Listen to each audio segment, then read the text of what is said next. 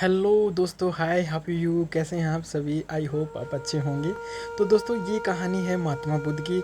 जब महात्मा बुद्ध एक गांव में भ्रमण करने के लिए गए, अपने अनुयायियों से मिलने के लिए गए, तो महात्मा बुद्ध को प्यास लग जाती है और वो पानी की तलाश में इधर उधर देखने लगते हैं। तो उसको एक नज़र आती है, एक महिला जो कुएं पे पानी भर रही थी, और वो महिला थी वहाँ की वेश्या। और जो उसके अनुयायी थे महात्मा बुद्ध के, वो भी उसको समझाते हैं कि महाजन, ये जो औरत है जो पानी भर रही है कुएं पे, ये गांव की वेश्या है और कोई भी इसे बोलता नहीं है, कोई भी इसके हाथ का खाना या पानी नहीं पीता है। आप भी ऐसा ना करें।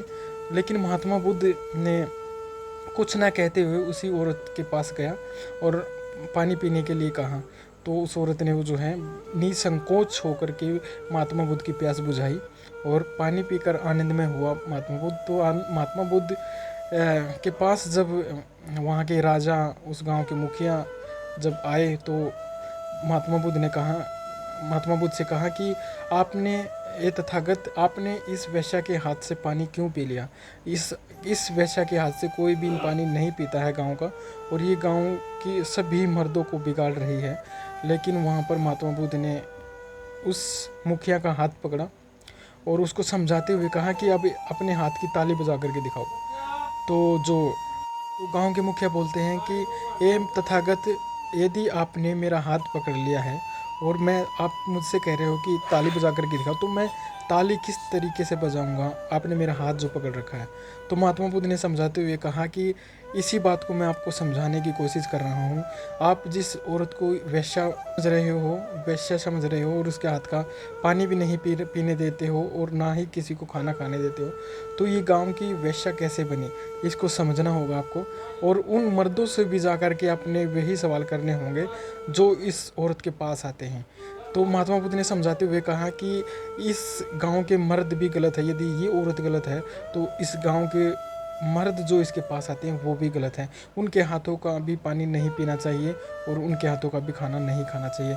तब जाकर उसको समझ आती है ये बात, और मुखिया समझ जाता है कि एक हाथ से ताली नहीं बजती है। क्योंकि एक का पक्ष देखकर हम उसी को दोषी ठहराने लगते हैं, लेकिन ऐसा नहीं करना चाहिए दोस्तों। हमने दूसरा पक्ष भी देखना चाहिए कि उस औरत के पास जो और मर्द आते हैं उनकी भी तो इतनी ही गलती थी। तो दोस्तों, महात्मा बुद्ध ने ऐसे ऐसे समस्याओं का निवारण किया है जो हमारी ज़िंदगी में हम कभी सोच भी नहीं सकते हैं।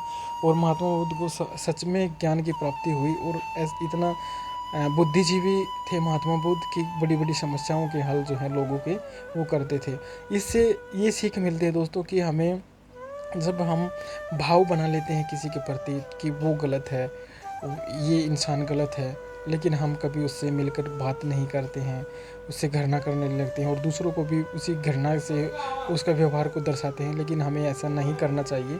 तो दोस्तों, इस कहानी से हमें प्यार प्रेम के साथ, एक जुड़ाव के साथ उसके व्यवहार से आगे बढ़ना चाहिए, ना कि किसी व्यक्ति से घृणा करनी चाहिए। तो आई होप आप समझ पाए होंगे। वीडियो अच्छी लगे तो लाइक करना, शेयर करना हमारी वीडियो को, और सब्सक्राइब करना हमारे चैनल को। मैं हूं आपका दोस्त mister host Narendra Kumar. Thank you so much.